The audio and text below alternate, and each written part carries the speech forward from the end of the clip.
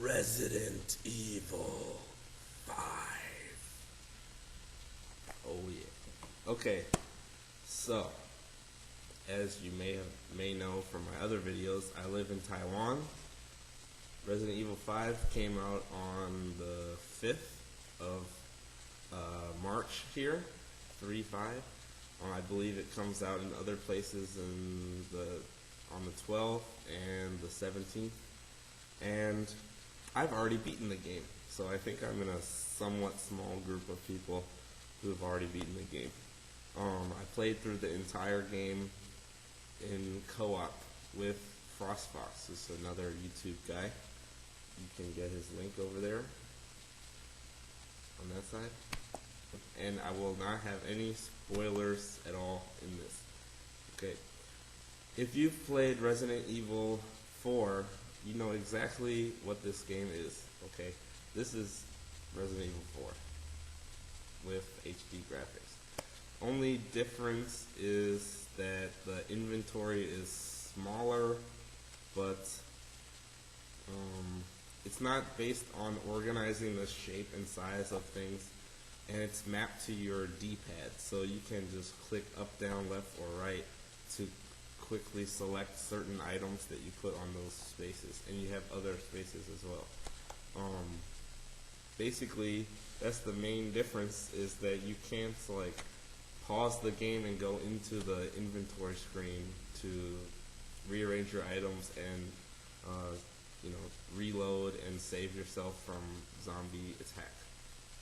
So the zombies AI is basically the same as it was in 4, and due to the fact that you can't run and shoot at the same time, they will come closer and closer and closer, and you need to factor in the amount of time you need to reload and to back up and other things like this.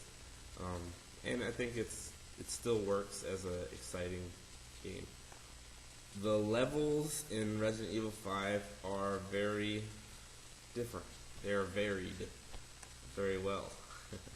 And so Resident Evil 4, you started off in a village, then you moved on to the castle, and then you moved on to a research facility kind of a thing. And 5, I'm not going to spoil anything, you start off in the village, and then you very gradually move through other locations, okay? They're similar to Resident Evil 4. None of the levels have you feeling like, oh, okay, this is the fire level, this is the ice level. It's not like, this is the lab level.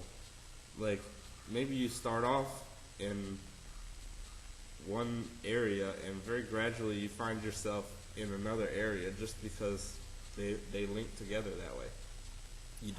It's not a drastic change from one to the other. It's just Chris and Sheva are going through this area and this is where it leads them. And I really like that.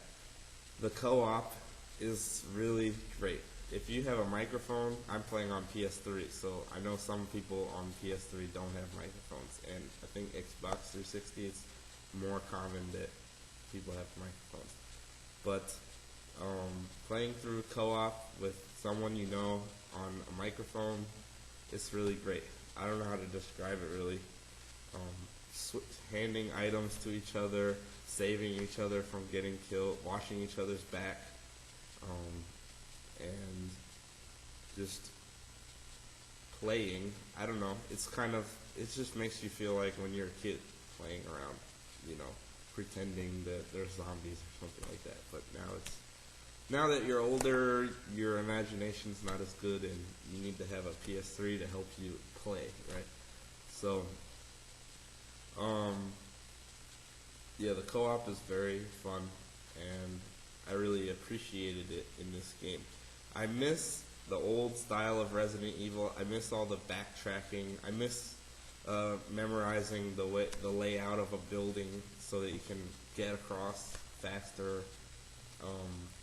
I miss going through the same areas and having different things happening.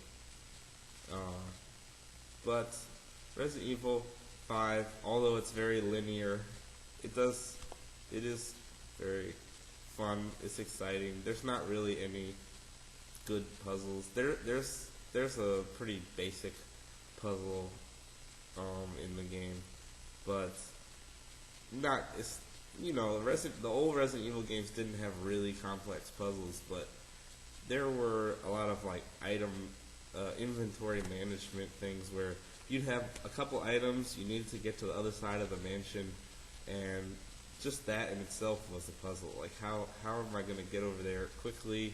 I only have one herb. I have this one key. I don't have enough room to bring a bunch of ammo. And that was the puzzle basically, and I enjoyed that. Resident Evil 5 is not like that, and 4 wasn't like that either. You're getting ammo constantly. I got low on ammo. I might have run out of ammo once, but you've always got more ammo just around the corner. Resident Evil 4 introduced the merchant in currency and buying and selling of weapons and things. 5, due to the fact that it has the co-op, they didn't put a merchant character into the game. What they did instead was that every time that you're about to load up a mission, or if you're at the main menu of your game, you can buy and sell items, and you can switch the items from Chris or Sheva. So, if you've earned a bunch of stuff with Chris in the single player, you can transfer it to Sheva if you want. And let's say you've connected to your friend's game. All the stuff you were using with Chris can be moved to Sheva, and you can use those items when you're playing online. And vice versa. If you play online, you can bring stuff back and forth between your two characters. It's very convenient, and this is why they don't have the merchant, because they wanted you to be able to access the store whenever you were about to start playing, basically. Resident Evil 5 has a lot of unlockables. You can unlock figurines, you can unlock a couple costumes. There's a lot of weapons in the game, and you can upgrade them with your money that you earned throughout the game. And in order to upgrade all of them fully, which I think you get a trophy or some other unlockable, must be very time consuming. One playthrough, I was able to fully upgrade 2 weapons. And so, with all the weapons in the game, I think you're going to have to play through the game a bunch of times before you've gotten everything. I played through on normal, though. I don't know if you get more gold on hard, probably. Lastly, I'll just say the story is good, but it's not great. It's probably the most forgettable of all the Resident Evil stories. It kind of feels like the middle of a trilogy. Like, we already know all the characters, we know all the bad guys. There's a few new bad guys introduced who are not really important overall in the overarching story. And at the end of the game, you will feel, okay, that was cool, but definitely something needs to come next. There's not any kind of conclusive ending. It's actually a somewhat surprising ending. I'm not going to say anything about it, but I was a little surprised. If you're a longtime fan, it'll be much more surprising. If this is your first Resident Evil game, you'll be like, oh, cool, that was a good ending, but you won't have any idea of like what all that stuff means or who these characters are. So overall, this is a really great game.